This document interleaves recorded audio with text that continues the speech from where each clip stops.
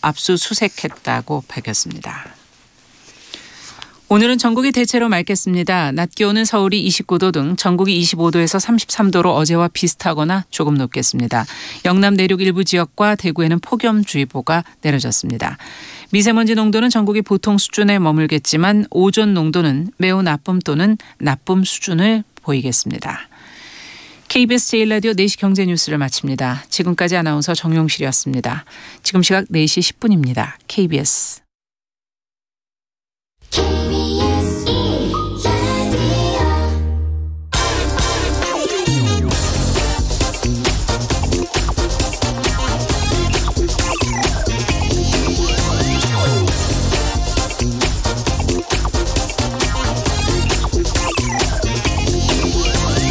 우리 국민 10명 중 9명은 현재의 경기를 불황이라고 느끼고 있는 것으로 나타났다. 국민들은 또 이 같은 불황이 장기화될 것으로 바라보고 있다. 정경련이 리서치앤리서치에 의뢰해서 19살 이상 성인 남녀 800명을 대상으로 경기 체감에 대한 국민 인식을 조사한 결과 국민들의 93.9%가 현재 우리 경제 상황을 불황으로 인식하고 있는 것으로 드러났다. 또 국민 10명 중 8명은 자신들이 느끼는 체감 물가 수준은 통계청이 발표한 소비자 물가 상승률보다 더 높다고 응답했으며 가계 소득의 경우도 감소할 것이란 의견이 증가할 것이라는 답변보다 3배나 많았다. 가계 소비도 국민 2명 중 1명 이상이 지난해보다 악화될 것으로 내다봤다. 끔찍한 경제 현실입니다. 그런가요? 사실 제가 위에 읽어드린 내용은 2015년 2월 우리 언론이 2015년 2월입니다. 정경련 조사 결과를 인용 보도한 것을 재인용한 것입니다. 2015년 2월 국민들의 93.9%는 우리 경제 상황이 불황이었다고 생각했다는데요. 여하튼 2015년부터 지금까지 우리는 살아남았습니다. 경제는 연 단위로 보면 단 한 해도 빠짐없이 꾸준히 최소 2% 넘게 성장해 왔습니다. 그렇다면 우리가 2015년 말했던 불황의 뜻은 뭘까요? 그리고 우리가 지금 말하는 경기 불황은 어떤 의미일까요?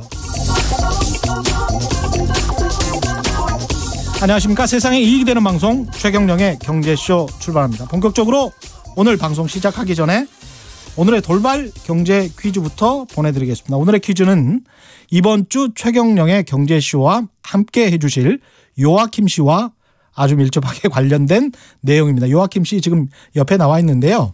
원래 스웨덴에서 오셨죠? 예. 스웨덴의 수도. 예. 스웨덴의 수도는 뭔지 맞춰주시면 됩니다. 힌트. 스웨덴의 수도 앞에 이름이 오늘 주제가 주식인데요. 주식을 영어로 하면 스톡입니다. 스톡. 스웨덴의 수도를 아시는 분은 짧은 문자 50원, 긴 문자 100원에 정보 이용료가 부과되는 샵 9730번으로 문자 보내주시거나 무료인 콩과 마이케이로 보내주셔도 됩니다. 정답 보내주신 분들 가운데 5분 선정해서 주방용품 세트 보내드리겠습니다.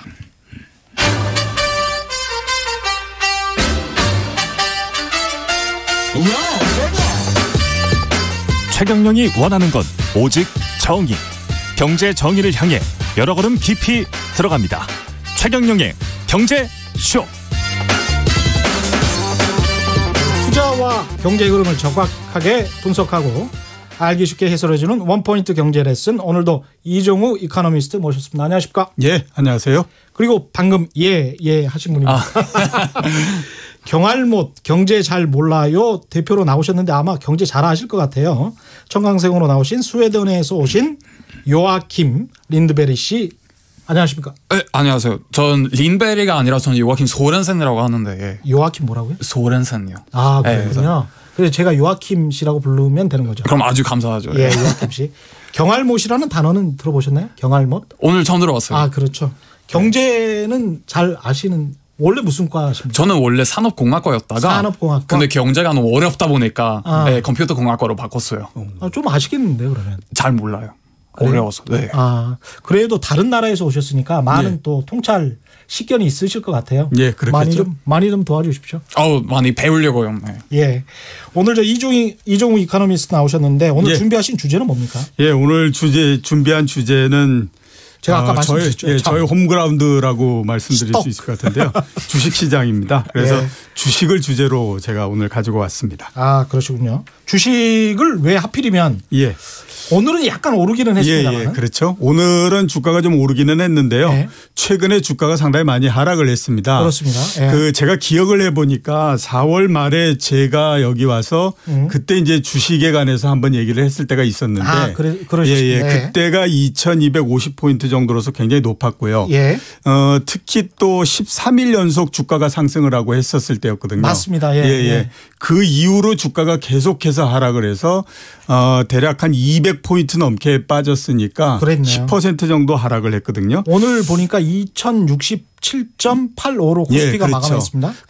그것도 지난주 포함해서 한 사흘 정도 올라서 그랬고요. 예. 지난주 중반 정도에는 한 2030 정도까지 내려갔었기 때문에 굉장히 많이 하락을 했습니다. 그래서 하락의 원인이 도대체 뭐고 그다음에 이렇게 주가가 많이 하락을 했으니까 앞으로 이렇게 많이 하락한 데에서 투자의 기회가 혹시 있지 않을까라고 하는 부분들을 한번 짚어보기 위해서 오늘 주제로 갖고 재밌을 왔습니다. 것 같은데요. 왜 떨어지는지 먼저 이야기하기 전에 요아킴 씨는 우리나라에서나 스웨덴에서 주식 투자는 좀 해보셨습니까? 주식은 많이 안 해봤는데 폰드 투자를 해봤어요. 저는 겁이 많아서 투자는 좀 무섭더라고요. 그 주식 투자. 예. 그 가상화폐도 좀 해봤어요. 아, 가상화폐를 하셨으면 주식보다 더 세게 하신 건데. 근데 컴퓨터 공학과다 보니까 더 자신감이 있더라고요. 저는. 좀 아니까. 네, 맞아요. 그쪽에. 그래서 좀 보셨어요? 주식이요? 아니, 가상화폐든 뭐. 맞아, 많이 봤죠. 이익 많이 했어요. 아, 그래요? 예, 딱 막 제일 높았을 때 그때 다 팔아버렸어요. 오. 근데 스웨덴 세금 때문에 세금 엄청 많이 냈어요. 주식 양도소득세가 있습니까, 거기는? 그거 어떤 거예요? 주식을 팔고 네. 차익이 발생하면 거기에 대해서 맞아요. 세금을 냅니까? 네, 맞아요. 아, 그래요? 몇 퍼센트나 내죠? 33%요.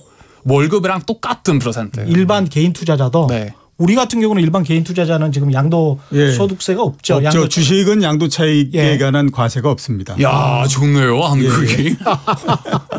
그런데 이제 그거를 과세하려고 하면 또 주식시장이 얼어붙는다고 해서 한 20년 이상 그런 이야기를 했었죠. 주식시장에 계속, 관한 과세 이야기했는데 잘 안 되고 있습니다. 기회 날 때마다 아무튼 그 시세 차익에 대해서 과세를 해야 된다 말아야 된다 얘기는 계속 많았었는데요. 그렇죠. 그동안에 한 번도 하지 않았었고 가장 그 대표적인 것이 옛날에 금융실명제를 제일 처음에 실시하지 않았습니까? 실시하면서 모든 그 이자가 붙는 상품들에 대해서는 다 과세를 하기로 했었는데 주식만은 거기에서 예외로 해서 그렇죠. 빼주는 형태로서. 스웨덴은 33%면 일반 우리 뭐 어지간한 한국에서 연봉 1억 정도 되는 사람도 근로소득세가 33%는 안 나와요. 한 20% 정도밖에 안 나오거든요. 그렇죠. 실제적으로는. 더 심한 거는 그 돈 많이 버는 사람들은 50% 내야 돼요. 세금은 더 올라가요. 50%로. 그래서 그래요? 세금 진짜 많이 내요. 그러면 세금 많이 내는 사람들이 굉장히 저항이 많지 않습니까? 싫어할 것 같은데. 네, 그래서 일부러 적게 보려고 하는 사람들이 있어요. 그 한계 바로 밑에 몰면 세금을 적게 내기 때문에 그렇게 하려고 하는 사람들이 있더라고요. 그렇군요. 근데 이제 한국에서 만약에 주식의 시세 차익에 관해서 과세하겠다라고 하면 그러면 떨어질 때는 국가에서 뭐 손실 보전해 주냐 이러면서 굉장히 반대하는 사람들이 있는데 그런 논리가 스웨덴에서도 적용이 됩니까? 그거 궁금하네. 저도 궁금하네요. 잘 모르겠는데. 그래. 굉장히 좀 저항이 심하단 말이죠. 그렇죠. 한국 같은 경우는. 오늘 주제로 좀 돌아가 보겠습니다. 주식시장 같은 경우에 주식 지금 왜 떨어졌습니까? 그동안에 떨어진 거를 보면요. 크게 몇 가지로서 일단 이유를 찾을 수가 있는데요. 잠깐만요. 어느 정도 떨어졌나요, 지금? 그러니까 이제 우리가 한 몇 개월 사이로서 보면 앞에서 말씀드렸던 것처럼 2250 정도에서부터 2000 정도까지 빠졌으니까 250포인트 정도 하락을 한 거고요. 그거를 좀 더 길게 해서 한 지난 한 3년 전 정도서부터 보면 제일 높을 때가 2600포인트 정도였었습니다. 2600이나 갔었군요. 2017년도 말에 2600 정도까지 갔다가 그 이후로 계속해서 내려왔거든요. 그러니까 그 한 2년 정도 사이에 최고점 대비해서는 대략 한 600포인트 정도 하락을 했으니까 600포인트면 예, 25% 정도 하락 예, 했다라고 볼 수가 있죠. 아우, 상당히 큰 낙폭입니다. 예, 그렇습니다. 최근 한 2년 사이에. 예. 이게 왜 떨어진 겁니까? 몇 가지를 일단 말씀을 드릴 수 있는데요. 예. 우선 가장 큰 부분은 기업의 실적이 안 좋아졌다라고 하는 것이 이제 가장 큰 부분이죠. 예. 뭐 아시는 것처럼 그 반도체 뭐 이런 부분들도 있지만 올해 1분기에 우리나라의 기업 이익이 작년에 대비해서 한 36% 정도 줄어들었습니다. 예. 그러니까 굉장히 많이 줄어든 거죠. 그렇죠. 만약에 36% 정도의 이익 감소가 올해 내내 지속된다라고 하면 2000년도에 IT 버블이 터졌을 때 이후로 가장 크게 이익이 줄어드는 형태가 되는 거거든요. 그렇기 때문에 이렇게 기업 실적이 안 좋은 부분들이 크게 역할을 했다라고 볼 수가 있고요. 두 번째는 국내 모두에서 경기가 상당히 좀 안 좋다라고 하는 부분들이 또 이제 이 작동을 하고 있는 거고 세 번째는 역시 이제 많이 얘기되고 있는 부분들이 미국하고 중국 사이 무역 분쟁 얘기 많이 되고 있지 않습니까? 불확실성. 예. 그리고 5월 달에 보면 우리나라 수출이 한 9% 정도 줄어들었어요. 이게 무역 분쟁이 모두 다의 영향은 아니겠지만 상당히 또 그 부분들의 역할을 했다라고 볼 수가 있거든요. 그렇죠. 그러니까 이런 그 불확실성도 있고 그러는데 역시 제가 봤을 때 그런 부분들 이상으로서 또 역할을 하고 있는 게 뭐냐면 전 세계적으로 주식시장이 너무 많이 올랐다라고 하는 부분들입니다. 그러니까 그 미국이 금융 위기가 나고 난 다음에 금리를 굉장히 많이 내리고 돈을 풀고 이러면서 이제 본격적으로 전 세계 주식시장이 올라갔지 않습니까? 그렇죠. 2009년이 저점으로 해서 쭉 올라갔죠. 지금까지 미국 시장이 올라간 거를 보게 되면요. 거의 10년 정도에 넘게 주가가 상승을 했거든요. 역사상 최장기간에 걸친 지금 상승입니다. 그렇죠. 그런 이야기가 많이 나오더라고요. 그렇게 되다 보니까 주가 자체가 굉장히 높아졌고요. 그게 우리나라 시장에는 좀 우리나라 시장 자체가 그렇게 크게 많이 오르지 않았기 때문에 영향을 덜 준다고 하더라도 선진국 시장이 너무 많이 올라서 지금 불안한 상태에 있다 보니까 선진국 시장이 조금만 이렇게 요동을 쳐도 우리 시장은 그거보다 훨씬 더 크게 움직여버리는 그런 형태가 돼서 지금 주가가 많이 하락했다 이렇게 볼 수가 있는 거죠. 그렇게 많이 올라갔으면 그게 거품이라고 볼 수가 있나요? 그러니까 이제 그게 거품이냐 아니냐 하는 부분들은 기업의 이익이 얼마만큼 증가했느냐 뭐 이런 거를 가지고 볼 수 있는데요. 대체적으로 따져보면 2017년도 정도까지 올라가는 거는 그건 뭐 미국의 기업이나 그다음에 선진국의 기업들도 이익이 굉장히 많이 증가했기 때문에 그거는 어느 정도 뭐 타당하다라고 볼 수가 있는데 2018년 정도서부터 또 한 번 주가가 상승을 굉장히 많이 했었거든요. 그때서부터는 기업 이익의 증가도 뭐 미국이나 이런 데 보면 3% 5% 이런 정도밖에 안 되는데 주가 상승은 거의 한 30%씩 막 이루어졌거든요. 그렇죠. 그래서 맨 마지막에 지금 그러니까 2018년 19년 뭐 17년 이렇게 올랐던 부분은 상당히 이게 좀 거품이 있지 않느냐라는 생각을 지금 많이 갖고 있는 거죠. 무섭네요. 정리를 해보면은 기업 실적이 우리 같은 경우는 별로 좋지가 않았다. 국내 경기도 그렇게 좋지 않은 상황이고 미중 무역 분쟁 때문에라도 어떤 불확실성이 잠재해 있고 수출도 계속 마이너스고요. 그다음에 이제 주식 시장이 이미 특히 이제 선진국 시장, 미국 시장 같은 경우는 이미 가격이 많이 오른 상황이어서 떨어질 것만 남은 상황인데 거기에서 이제 같이 동반 하락하고 있다. 이렇게 정리할 그렇죠. 수 있겠네요. 이런 상황이라면 앞으로의 주식 시장도 좀 걱정이 되긴 하는데 방금 좀 요아킴 씨도 이야기를 했습니다마는 주식 가격이 거품이냐 거품이 아니냐 어느 정도 기업 실적이 반영됐느냐 반영되지 않았느냐 이거는 뭐 영원한 테마일 것 같은데요. 그렇죠. 지금 현재 이제 낙폭이 어느 정도 있고 이런 상황에서 기업 실적 하락폭이 어느 정도 주가에 반영됐다고 보십니까? 그 뭐 보는 관점에 따라서 여러 가지다라고 볼 수 있는데요. 2000 정도에서는 어느 정도는 좀 반영이 됐다라고 이렇게 볼 수는 있는데 2000포인트? 2000포인트 정도에서는 뭐 어느 정도 이익이 둔화되고 이러는 부분들을 좀 반영을 했다라고 볼 수 있는데 그걸 지지선으로 보시는군요. 그렇죠. 그런데 앞으로 우리나라의 이익이나 이런 것들을 한번 감안해 보면 이게 이익이 크게 증가하거나 이러기가 쉽지가 않은 상태이기 때문에 그 부분들이 결국 주가가 올라가고 하는 데에서는 힘을 붙이지 못하는 그런 요인이 되지 않나라는 생각이 듭니다. 그 우리나라 기업 이익 보면요. 앞에 말씀드렸던 것처럼 1분기에 한 36% 정도 감익을 했다라고 말씀드렸지 않습니까? 뭐 아시는 것처럼 반도체 이익이 굉장히 많이 줄어들었습니다. 삼성전자 이런 데의 이익이 60% 정도가 줄어들었으니까 예. 굉장히 많이 줄어들었죠. 왜요? 왜죠? 반도체 가격이 떨어졌기 때문에 가장 큰 이유죠. 가격이 떨어졌어요? 예. 그러니까 반도체 가격이 제일 높을 때가 4.5불 정도 했었는데요. 지금이 2.7불 정도 이렇게 되니까 제품의 가격이 거의 절반 정도가 된 거잖아요. 근데 반도체를 생산하는 나라는 거의 한국밖에 없지 않아요? D램을 생산하는 회사가 네. 세계적으로 크게 보게 되면 이제 우리나라 삼성전자처럼 스스로 어떤 그 설계도 하고 그다음에 또 생산도 하고 이런 거를 전부 다 갖추고 있는 회사가 되게 3개 정도 되거든요. 네. 우리나라에 2개, 미국에 하나 이렇게 정도 되는데 예. 그렇기 때문에 그래서 D램 같은 경우가 안 나빠지게 되면 우리나라 기업들이 가장 크게 타격을 받는다라고 볼 수가 있는 거죠. 그래서 말씀드린 것처럼 이제 반도체가 굉장히 안 좋았고요. 그러면 이제 반도체 이외에 다른 회사들은 어떠냐? 다른 회사들도 또 안 좋습니다. 다른 회사들도 대략 한 10% 정도 이익이 계속해서 줄어들고 있는 상태거든요. 다른 회사라는 건 업종별로 말씀하시면. 예, 그러니까 이제 뭐 반도체를 제외한 다른 회사들인 거죠. 철강 자동차. 예, 철강 자동차 뭐 전부 다 합쳐서요. 예. 이게 왜 이렇게 다른 회사들도 안 좋으냐라고 하는 걸 한번 생각해 보면요. 예. 우리나라 기업 이익이 2015년, 16년, 14년, 15년 이때 안 좋았었어요. 예. 그래서 이거를 벗어나기 위해서 기업들이 아주 강하게 구조조정을 했거든요. 그러니까 그 구조조정이라고 하는 것이 이제 우리나라에서는 가장 대표적인 게 사람을 이제 뭐 자르고 뭐 이러는 것들이지 않습니까? 그러면 이제 비용이 많이 줄어들어서 그 효과가 당장에 많이 나타나거든요.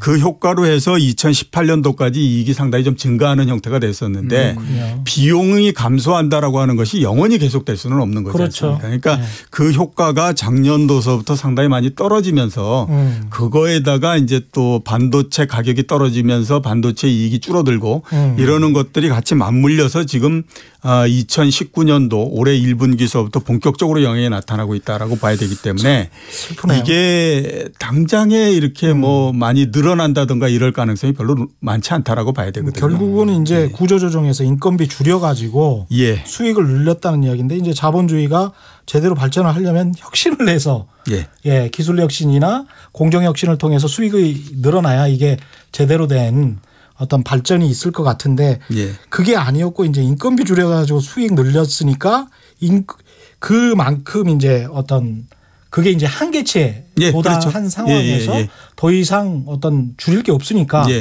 그렇게 되니까 별로 수익이 늘지 못했다. 거기다가 세계 경제 상황도 별로 좋지 않고. 그렇죠. 구조조정을 통해서 비용을 줄여가지고 얻는 효과는 길어도 3년 내지 4년 이상이 지속되기가 어렵습니다. 그러니까 그 한계에 좀 부딪혔다라고 보는 게 맞죠. 그럼 좀 더 장기적인 솔루션은 뭐가 있을까요? 장기적인 솔루션은 앞에서 우리 최 기자님 말씀하셨던 것처럼 혁신을 통해서 기업들이 이제 그 새롭게 이익을 발생시키고 할 수 있는 그 산업을 개발한다든가 또 뭐 이런 그 기술을 개발한다든가 이래야 되는데 우리나라 기업들이 그런 것들이 좀 상당히 부족합니다. 왜 그럴까라고 생각을 해보면요. 아마 제 생각으로는 아시는 것처럼 우리가 1997년도에 외환위기가 발생하지 않았습니까? 그때 이제 외환위기가 어느 정도 자리를 잡고 그 이제 그게 좀 벗어나고 한 다음에 기업들이 아마 그런 생각을 해봤을 거예요. 왜 이 어떤 기업들은 망하고 어떤 기업은 안 망하고 이랬을까라고 생각해 봤더니 그 전에 투자를 많이 하고 그랬던 기업들은 외환위기 때 상당히 많이 망했다라고 생각을 하고 이렇게 그래서 그 다음서부터는 새롭게 투자를 하거나 이런 부분들이 굉장히 많이 줄어들어 버렸습니다. 그래서 지금까지도 보면 어떤 뭐 새롭게 이익을 창출하기 위해서 어떤 기술을 개발한다든가 이런 게 굉장히 약하고요. 대신에 어떤 거에 많이 들어가냐면 그 얼마 전에 면세점 이런 거 이제 그 입찰하지 않았습니까? 거기에 엄청나게 많이 몰렸었어요. 그렇죠. 제가 그때 그거 보고 야 이게 3개가 있을 때는 이익을 내지만 7개, 8개, 9개가 되면 저게 이익이 안 날 텐데라는 생각을 했었는데 많이 모였거든요. 지금 이제 보면 이익 안 나서 이게 나오는 데 많이 있지 않습니까? 그러니까 우리나라 기업들이 그 이후에 외환위기 이후에 보면 새로운 투자나 이런 것들에 대해서 굉장히 소극적이 돼버렸기 때문에 이제 그게 문제가 되고 있는 거죠. 제가 앞으로 이제 질문을 이렇게 드릴게요. 지금 말씀하신 왜 떨어졌냐. 기업 실적이 안 좋았기 때문에 국내 경기 그다음에 미중 무역 분쟁 수출 마이너스 그다음에 이미 선진국 시장 같은 경우는 주식 가격이 많이 올라버려서 이렇게 됐는데 예. 그러면 앞으로 어떻게 될 건가? 기업 실적, 국내 경기, 수출, 그다음에 가격 측면으로 예. 하나하나씩 설명을 좀 해 주시고요. 예.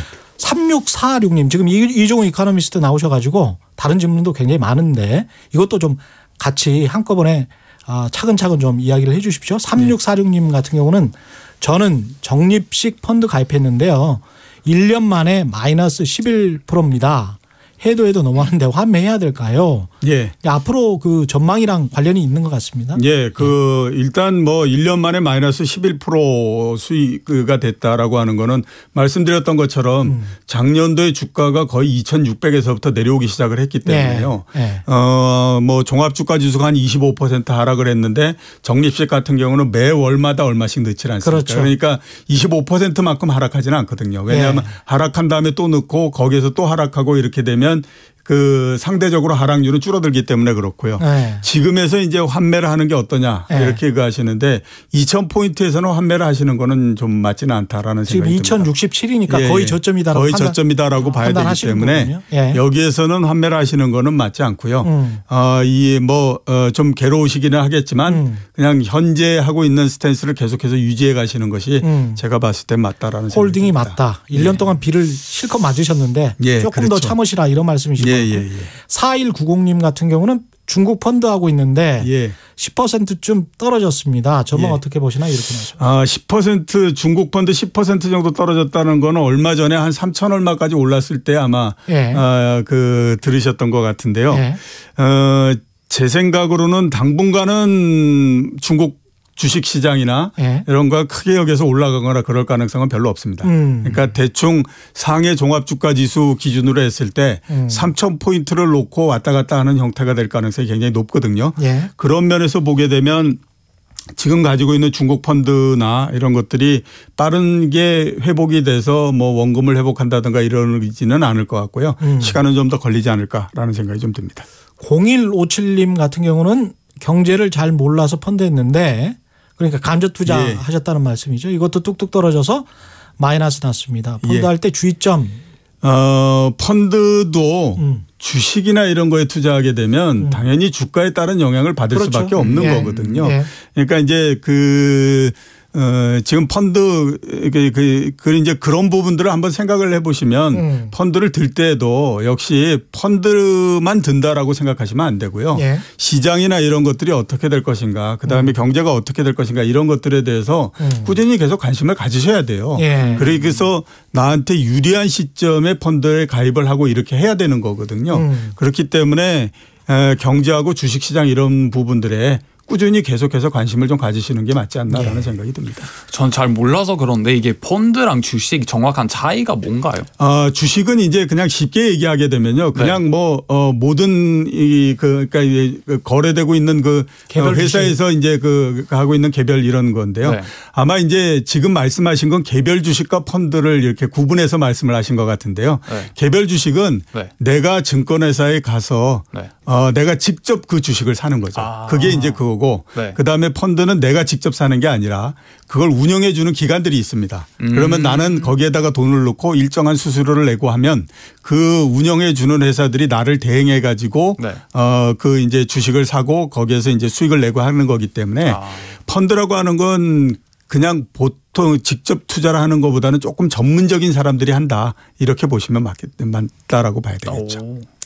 이 기업 실적 앞으로 뭐 그렇게 크게 볼 일이 없다, 별거 없다 이렇게 말씀을 하셨는데 석유화학 같은 경우는 약간 괜찮은 상황인 것 같기도 하고요. 개별적인 걸로는 이제 조금씩 차이가 나는데요. 석유화학 같은 경우에는 가장 이제 중요한 부분들이 유가가 어떻게 되느냐 하는 것들이 굉장히 중요하지 않습니까? 그런 면에서 보면 최근에 유가나 이런 것들을 한번 감안해 보게 되면 지금은 나쁘지 않은 상황이다라고 볼 수가 있겠죠. 업종별로 보면 지금 반도체가 안 좋고 철강 자동차도 그렇게 크게 볼 게 없다라고 하면 어떻게 생각하십니까? 업종별로는 어떤 쪽으로 봐야 된다.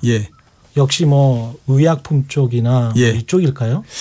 제일 그래도 지금 우리나라 산업 중에서 이익을 좀 낸다라고 얘기할 수 있는 게 은행업이 좀 이익을 낸다라고 볼 수 있죠. 예, 예. 그러니까 은행이 왜 이익을 내냐면 앞에서 제가 말씀드렸던 것처럼 2016년 뭐 이럴 때에 구조조정 많이 했다라고 말씀드렸지 않습니까? 예. 은행이 그 중에서 굉장히 세게 했어요. 그러니까 은행이 2013년, 14년, 15년 3년 동안 이익이 굉장히 많이 감소했거든요.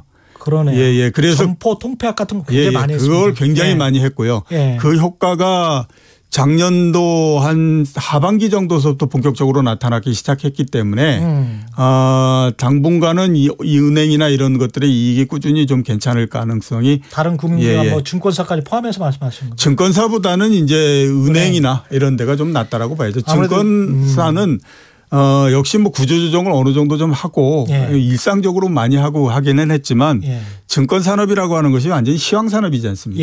그러니까 증권업이라고 하는 것 자체가 안 좋으면 증권 회사들도 이익을 내기 어렵거든요. 그런데 은행이라고 하는 거는 증권보다는 훨씬 더 안정적인 그 영업 기반을 가지고 있기 때문에 그런 면에서 은행이 좀 더 낫다라고 봐요. 은행 같은 경우는 이제 가장 봐야 될 게 그 연체율.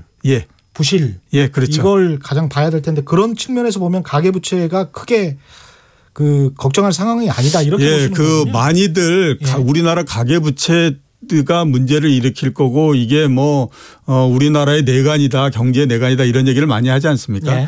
그런데 그 가계부채만 가지고 어떤 문제가 발생하거나 그럴 가능성은 그렇게 높지는 않습니다. 가계부채의 규모 자체가 큰 거는 사실인데요. 가계부채를 일으킨 주체나 이런 것들을 보면 그렇게 나쁘지는 않습니다. 그러니까 그 자산을 많이 갖고 있는 사람들을 중심으로 해서 부채가 많이 증가했고 중산층 이상에서. 그다음에 연령별로 봤을 때 30대 40대 이런 경제활동이 가장 왕성한 쪽에서 부채가 많이 증가하고 이런 그 구조거든요. 그렇기 때문에 전체적으로 보면 가계부채가 우리나라 경제에서 굉장히 큰 문제를 일으킨다든가 이럴 가능성은 별로 없습니다. 그런 면에서 보면 은행의 최근의 연체율이 굉장히 낮거든요. 그런 것들이 다 그거를 반영한다라고 볼 수가 있는 거죠. 그러네요. 그러니까 금융권 쪽으로 어떤 침체의 영향이 급격하게 전이될 위험은 없다. 그렇죠. 그러면 국내 경기도 마찬가지로 아까 이제 국내 경기가 떨어지는 원인 중에 하나라고 말씀하셨는데 국내 경기는 전망을 어떻게 하십니까? 국내 경기는 뭐 위기냐 아니냐 뭐 이런 얘기들 많이 하지 않습니까? 제가 봤을 때 한국 경제에 위기가 발생한다라고 하는 거는 저는 그건 좀 이해를 못 하겠다라는. 위기라는 그 정의도 다 모호해요. 굉장히 모호하죠. 그러니까 우리가 얘기할 때 만약에 위기가 금융위기, 외환위기 이런 것처럼의 위기다라고 하면 한국은 그건 아니죠. 아니죠. 만약에 한국에서 그런 위기가 발생한다라고 하면 안전할 수 있는 나라는 스웨덴 정도, 스위스 정도. 근데 그런 사람도 있더라고요. 막 위기가 기회라고. 지금 살 때가 지금이다. 그런 사람도 있는데 그게 맞나요? 지금 사야 그러니까 이제 뭐 그 위기가 발생하면 우리나라 외환위기 때처럼 굉장히 안 좋아지기 때문에 그것만 지나면 회복이 되니까 이제 아마 그런 얘기를 할 텐데요. 그 우리나라가 위기가 아니다라고 하는 거는 아시는 것처럼 외환 보유고 굉장히 많고요. 그렇죠. 4천억 불 정도 되죠. 금융위기가 발생하기 위해서는 그 전에 뭔가가 있어야 되지 않습니까? 그렇죠. 뭐 자산의 가격이 굉장히 많이 올라가서 버블이 엄청나게 심해졌다든가 이런 부분이 있어야 되는데 우리나라는 그런 상황이 아니기 때문에 그건 굉장히 좀 어렵다라고 봐야 되고요. 원화 가치가 오히려 떨어져 있는 상황이죠. 경기가 둔화된다라고 하는 건 그건 뭐 경제학에서 봤을 때 사이클상 둔화되고 회복되고 하는 거지 않습니까? 다만 우리나라 경제가 옛날처럼 고도 성장을 하기는 어렵습니다. 이거는 우리나라 아시는 것처럼 우리나라가 그 5천만 명의 인구가 넘는 그 사회에서 1인당 GDP가 3만 불이 넘는 7개 나라 중에 하나지 않습니까? 규모가 그만큼 되기 때문에 당연히 성장률이 높아질 수가 없는 거거든요. 그런 면에서 생각해 보면 한국 경제 지금 모양 자체는 이해할 수 있는 부분이다라고 보시면 맞습니다. 그렇군요. 지금 국내 경기 짚었고요. 미중 무역 분쟁 관련해서는 이게 불확실성이 계속 잠전해 있고 그다음에 이제 6월 말까지는 계속 이런 상황으로 갈 거는 같습니다. 그렇죠. 서로 대화를 할 것처럼 하다가 또 서로 튕기기 작전으로 가다가 뭐 이러는데 그게 저희 그 수출하고도 약간의 연동이 있는 것처럼 보이기도 하고. 그렇죠. 어떻게 보십니까 이 상황은? 무역 분쟁은 6월 달이 아니라 6월 달보다도 훨씬 더 제가 봤을 때는 연장돼서 갈 것 같다라는 생각이 듭니다. 왜냐하면 자 이렇게 생각해 보면 굉장히 간단하죠. 공격자는 미국이고 수비자는 중국이지 않습니까? 네. 그러면 이게 빠른 시간 내에 타협이 나고 하려면 수비자가 공격하는 쪽의 요구를 어느 정도는 들어주면서 타협이 나면 굉장히 빨리 해결이 될 수 있는 건데 예. 5월 달서부터 갑자기 분쟁이 심화돼 버린 가장 큰 이유는 중국이 그거를 들어주기를 거부하고 예. 이제 대결을 택했다라고 봐야 되는 거거든요. 예. 그랬기 때문에 이게 당연히 이제 보면 시간이 굉장히 많이 지체될 수밖에 없는 상태가 됐고요. 예. 또 하나는 미국 경제가 좋지 않다라고 하면 타결이 오히려 쉽게 날 수가 있습니다. 왜냐하면 그렇죠. 경제도 안 좋은 상태에서 계속 이렇게 문제를 일으킨다는 거는 문제가 있다라고 생각하기 때문에 많은 사람들이 그런데 지금 미국 경제가 어느 정도는 좋다. 좋은 상태이기 예. 때문에 미국이 버틸 수 있는 여력을 굉장히 많이 가지고 있어요. 그러니까 두 나라 모두 버틸 수 있다. 모두 다가 지금 그래 그럼 어디까지 가는지 한번 해보자 이러면서 지금 가고 있는 상태이기 때문에 나쁘네. 막 힘이 그렇죠. 있다고 막. 예, 그래서 이제 지금 시간이 많이 끌리는 상태이고요. 그런데 예. 만약에 이게 중국하고 미국 사이의 무역 분쟁이 끝난다고 하더라도 이게 끝이 아닙니다. 왜냐하면 이게 끝나면 그다음 후속 주자들이 또 나올 수밖에 없거든요. 앞에서 말씀하셨던 것처럼 지난주에 멕시코 얘기하지 않았습니까? 네. 이건 조금 뜬금없기는 하지만 원래 중국 다음은 유럽이 될 거다라고들 많이 얘기를 그랬죠. 했었어요. 그런데 예. 아마 이제 그 중국이라고 하는 데가 너무 크게 걸려 있으니까 이게 또 센 쪽하고 붙는 것보다는 그렇죠. 일단 약한 쪽으로 한번 때리자라고 해가지고 이제 멕시코 쪽으로 이렇게 넘어간 것 같은데 그러니까 당분간은 무역 분쟁이 지속된다라는 생각을 가지시고 아마 가셔야 되지 않나라는 생각이 듭니다. 근데 분쟁 계속 하다가 떨어질 거 아니에요. 근데 떨어졌다가 또 회복되겠죠? 주가가 말씀이신가요? 예, 그렇죠. 그러니까 이게 그 주식 시장이라고 하는 게 어떤 일이 1서부터 100 사이에 있게 되면 1서부터 100까지 다 진행되는 동안에 꾸준히 떨어진다든지 꾸준히 하락하든지 이러는 게 아니라 일이 딱 시작하는 순간서부터 시작해가지고 막 영향력이 커져서 실제는 한 10분이 진행되지 않았는데 주식시장은 100을 이미 다 그 반영을 해버리고 그다음에 10서부터 100까지 가는 동안에는 그냥 별다른 반응을 하지 않는 이런 그 속성을 갖고 있거든요. 그러니까 지금도 마찬가지입니다. 무역 분쟁이 한참 처음에 얘기됐을 때는 막 주식시장이 이제 그 요동을 치다가 어느 정도 그게 익숙해지면 그 다음서부터는 조용해지는 형태가 되거든요. 그러니까 지금은 어떻게 생각하면 좀 조용해지는 단계로 들어갔다 이렇게 볼 수가 있는 거죠. 그럼 투자할 때가 지금이요? 아니면 조금 더 기다려야 되나요? 제가 좀 앞에서 말씀드렸던 것처럼 우리나라 주식시장이 상당히 좀 많이 내려온 게 사실이기 때문에 지금은 그렇게 투자를 많이 꺼려하거나 그래야 할 때는 아니라고 저는 보고 있습니다. 아니요. 알겠습니다. 오늘 돌발 경제 퀴즈 한번 더 보내드리겠습니다. 지금 말씀하신 요아킴 씨와 아주 밀접하게 관계된 내용인데요. 요아킴 씨 본국이죠. 스웨덴의 수도는 어딘지 저희가 지금 주식 스톡에 관해서 이야기를 하고 있습니다. 스웨덴의 수도를 아시는 분은 짧은 문자 50원, 긴 문자 100원에 정보 이용료가 부과되는 샵 9730번 샵 9730번으로 문자 보내주시거나 무료인 콩과 마이케이로 보내주셔도 됩니다. 정답 보내주신 분들 가운데 5분 선정해서 주방용품 세트 보내드리겠습니다. 계속 문자가 많이 오고 있네요. 1337님 정말 오래간만에 제대로 된 경제 이야기를 듣는 것 같습니다. 고맙습니다.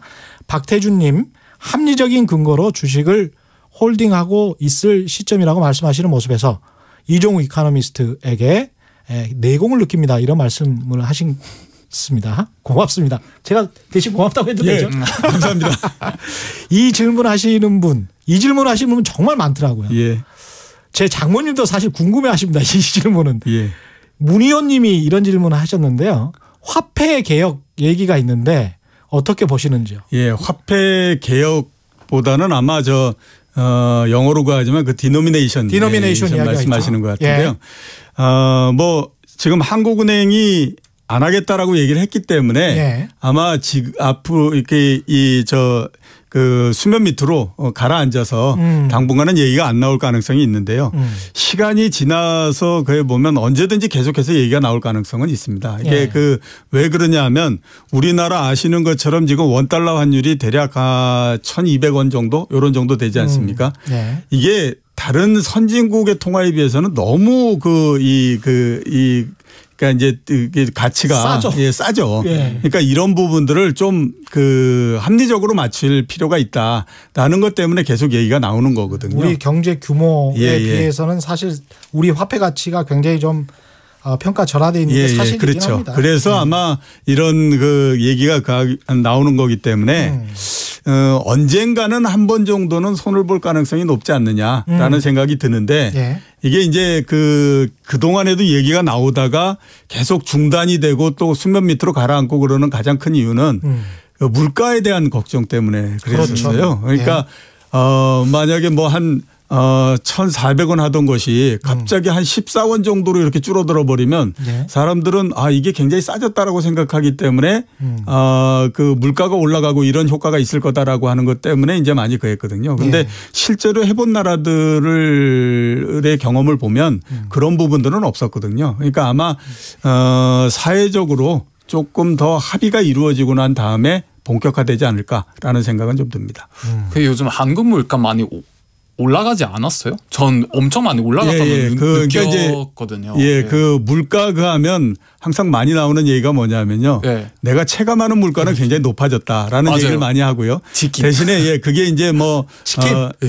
그 소비자 물가 이런 그 상승률 이런 걸로 하게 되면 굉장히 낮거든요.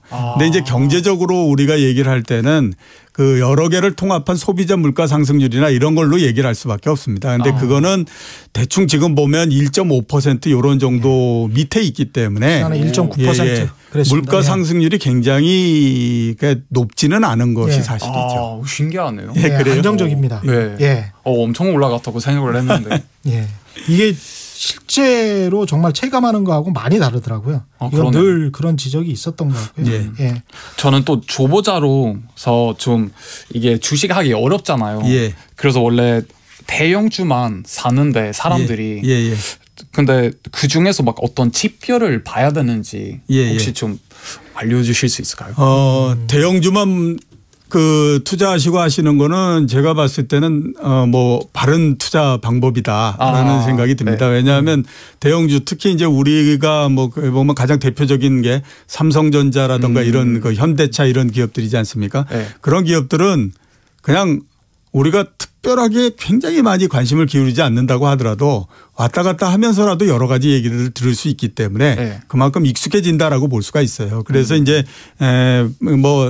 바른 투자 방법이다라고 볼 수가 있고 그다음에 어떤 지표들을 이렇게 써야 되느냐 하는 것들을 하게 되면 주식이라고 하는 거는 우리가 그걸 갖고 있을 때에 우리가 얻을 수 있는 거는 뭐냐면 배당을 받을 수 있는 권리가 있는 거예요. 생기는 거잖아요. 그러니까 배당을 많이 주는 기업이 좋은 기업인데 배당을 많이 주는 기업이 되기 위해서는 이익을 많이 내야 됩니다.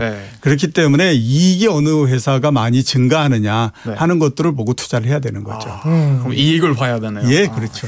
앞으로는 안정적으로 배당을 많이 주는 회사를 잘 봐라. 그렇죠. 좋은 조언이신 것 같습니다. 그 마지막으로 이제 그 왜 떨어졌는가의 원인 중에서 이미 해외 선진 시장이 많이 올랐다. 주식 시장의 가격이 너무 높다. 그래서 떨어진 것이다. 그렇다면 우리 주식 시장 같은 경우에 그 영향권 아래에 있으니까 과거에 비교해서 그 영향력이 얼마나 세졌는지 약해졌는지 그것도 궁금하고요.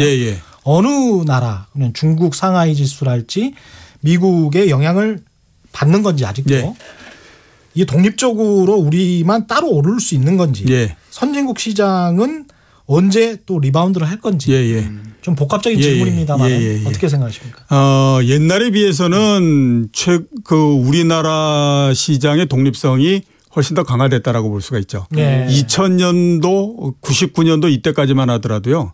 우리나라 주식시장이 움직이는 거는 그 전날 나스닥이나 뭐 이렇게 미국 시장이 얼만큼 움직였느냐. 사람들 눈 시뻘게 가지고 그거 보고 그 다음날 아침에 투자하고 그랬었습니다. 그렇죠. 그거에 따라서 했었는데 점점 그게 약해지더니 최근에는 이제 그 부분들이 상당히 좀 그 둔화되어 있는 형태죠. 예를 들어서 보면 지난 한 3년 뭐 이전 그래서 주식 그 미국 시장이 계속해서 사상 최고치를 경신해서 올라오고 뭐 이렇게 하지 않았습니까? 그런데 우리나라 주식시장 같은 경우에는 미국 시장이 사상 최고치를 작년에 갱신하는 동안에도 대략 20% 정도가 하락을 했어요. 그렇죠. 그러니까 그만큼 우리나라 주식시장이 해외 시장으로부터 어느 정도 좀 독립된 움직임을 하고 있다라고 볼 수 있는데 그거는 앞에서 말씀드렸던 것처럼 우리나라 기업 실적이 안 좋은 것이 굉장히 크게 역할을 했다라고 봐야 되고요. 그다음에 그런데 앞으로는 어떻게 될 거냐 하는 걸 해보면요. 이 영향력이 줄었다 늘었다 계속하고는 할 걸로 보이기는 하는데 앞으로는 조금은 그래도 더 해외 시장하고 같이 움직이지 않겠느냐라는 생각을 가지고는 있습니다. 왜냐하면 이제 그 우리나라 시장의 개방도 이런 것들이 상당히 높아졌기 때문에요. 우리 시장도 다른 나라하고 동떨어져서 움직일 수는 없는 거거든요. 특히 선진국 시장하고 그런 면에서 가고요. 특히 또 이제 보면 외국인들이 매매를 할 때 제일 많이 고려하는 게 뭐냐면 선진국 시장이 어떻게 되느냐 하는 것들을 제일 많이 고려해서 합니다. 외국인들이. 예, 그렇기 때문에 그 선진국 시장이 굉장히 좋게 되면 외국인 매수가 좀 늘어나는 경향이 있거든요. 우리나라에서 그 외국인 투자자의 비중이 한 절반 정도 됩니까? 지금 한 40% 정도. 이야, 그러니까 굉장히 많습니다. 예, 많아요. 예. 그러니까 이제 그런 부분들이 있어서 지금까지는 독립적으로 많이 움직였다가 조금 더 연관성이 높아지는 형태로서 진행이 될 걸로 보이고요. 가장 연관성이 높은 시장이 어딜까라고 따져보면요. 두 개죠. 하나는 미국 시장 또 하나는 중국 시장인데 중국은 가끔 이렇게 영향 주는 거 정도이고 미국 시장이 주로 굉장히 많이 영향을 준다라고 볼 수가 있습니다. 그러니까 세계 주식 시장에서 가장 영향력이 큰 시장 이게 미국 시장이다라고 봐야 되는 거기 때문에 일단은 아무튼 미국 시장이 우리나라 시장하고 가장 연동이 강한 시장이다 이렇게 보시면 됩니다. 요즘 유럽 시장에서 이 브렉시트 때문에 영향 되게 많이 미치는데 그런 거는 한국에 영향이 아예 없나요? 브렉시트. 예, 브렉시트 말씀이시죠? 한국 시장의 영향이 그렇게 크지는 않습니다. 왜냐하면 우리나라가 영국하고의 교역이나 이런 것들이 그렇게 많지가 않고요. 그다음에 유럽 시장하고 한국 시장이 움직이는 것이 미국 시장만큼 연동이 그렇게 강하거나 그렇지는 않습니다. 그래서 브렉시트가 되는 부분들이 그 일시적인 영향은 줘도 그게 굉장히 많이 크게 영향을 주거나 그러지는 않는다라고 봐야죠. 상관없네요. 예, 그렇죠. 그럼 이게 시장 독립성이 있는 게 그게 좋은 거예요? 그래도 아무튼 독립성이 있는 것이 훨씬 더 낫죠. 왜냐하면 독립성이 있게 되면 그 나라의 고유한 부분들이 시장에 주로 많이 반영이 되기 때문에 독립적으로 움직이는 것이 훨씬 더 낫다라고 봐요. 근데 시장 예측이 더 힘들어지지 않아요? 물론 예측이 힘들어지는 부분들은 있지만 거꾸로 생각해 보시면 한국 사람이 미국 시장이 어떻게 될 건가 예측하는 건 더 어렵지 않습니까? 그런 면에서 보면 독립성이 더 강한 부분들이 훨씬 더 예측하는 데는 또 뭐 용이한 부분들도 있다라고 보셔야 되는 거죠. 훌륭한 설명이십니다. 문자가 계속 많이 들어오고 있는데요. 소개해 드릴게요. 0335님 경제문제 종합 선물 세트를 제대로 받는 느낌. 예, 오늘 칭찬이 굉장히 많았습니다. 고맙습니다. 박진수님 공매도 폐지 이 이야기는 소액 투자자들이 굉장히 이야기 많이 하는데 그렇죠. 조금 다시 이야기를 해 주시고요. 6478님도 반도체 경기 언제쯤 풀릴까요? 이야기해 주셨고요. 0811님 같은 경우도 이제 비슷한 의견이신데 주식시장 외국 요인 많이 받는다 이런 이야기를 해 주셨습니다. 반도체 경기하고 공매도 이야기를 좀 해 주십시오. 일단 공매도 말씀드리게 되면요. 물론 이제 그 많은 피해 의식을 일반 투자자들이 갖고 있는 것은 사실입니다. 맞습니다. 공매도에 있어서. 그런데 제가 봤을 때는 그렇게 피해 의식을 가지실 필요가 없는 게 공매도라는 거는 한번 매도를 하고 난 다음에 언젠가는 또 사야 되는 거지 않습니까? 그렇기 때문에 그런데 왜 우리나라에서 공매도가 계속 그 얘기가 되느냐 하면 바이오 기업들이 한때 주가가 많이 떨어질 때가 있었어요. 그때에 이제 왜 요인이냐라고 그랬을 때 바이오 기업들이 공매도를 걸고 계속해서 나오는 그였었거든요. 근데 제 생각으로는 공매도가 전체적인 부분들은 아니기 때문에 그렇게 이 부분들에 대해서 너무 많은 그 비중을 두시게 되면 오히려 판단하기가 좀 어려워지는 부분들이 있으니까 너무 공매도에 그 몰입을 하시지 않는 것이 좀 좋지 않느냐라는 생각이 듭니다. 감정적인 부분이 있다. 이런 그렇죠. 말씀이신 거고요. 6478님 같은 경우에 반도체 경기 어떻게 생각하십니까? 지금 시장에서는 빠르면 올해 하반기 그 한 연말 4분기 정도서부터 괜찮아지지 않겠느냐라고 하는 기대들을 많이 갖고 있는 것은 사실인데요. 과거 경험으로 한번 보면 반도체 경기가 한번 꺾이면 진정이 되고 그다음에 조금씩 회복되는 데까지 2년 정도가 걸렸습니다. 작년도 하반기 정도서부터 반도체 경기가 나빠지기 시작을 했거든요. 그렇게 되면 올해 연말 정도는 조금 빠르고 내년도 상반기를 좀 지나면서부터는 과거 사이클에 비춰봤을 때에 반도체 경기가 충분히 회복을 할 수 있는 그런 그 정도는 된다라고 볼 수가 있겠죠. 내년 상반기. 그렇죠. 그래서 내년도 한 2분기 정도 되면 아마 그때서부터는 본격적으로 좀 회복이 되지 않겠느냐라는 생각을 좀 가지고 있습니다. 잠깐만요. 이제 박스권 마지막으로 좀 질문을 해보겠습니다. 박스권 최저점을 지금 2,000선 정도로 보셨고요. 고점을 어떻게 보시고 그다음에 박스권이 어느 정도까지 지속될 것이라고 생각을 하시는지요? 저번에 제가 4월 달에 나와서 말씀드릴 때에 2250 정도는 올라가기 어렵습니다. 특히 상반기에. 그리고 길어지면 올해 연말 내내도 그럴 수 있습니다라고 말씀드렸거든요. 그래서 바닥은 2000, 그다음에 고점은 2250. 그게 올해 내내 좀 지속되지 않을까. 2250 잘 기억하시기 바랍니다. 오늘 말씀 여기까지 듣겠습니다. 지금까지 이종우 이코노미스트와 요아킴 씨와 함께했습니다. 오늘 돌발 경제 퀴즈 정답은 스톡홀름이었습니다. 저는 KBS 최경영 기자였고요. 지금까지 세상에 이익이 되는 방송 최경영의 경제쇼였습니다. 고맙습니다.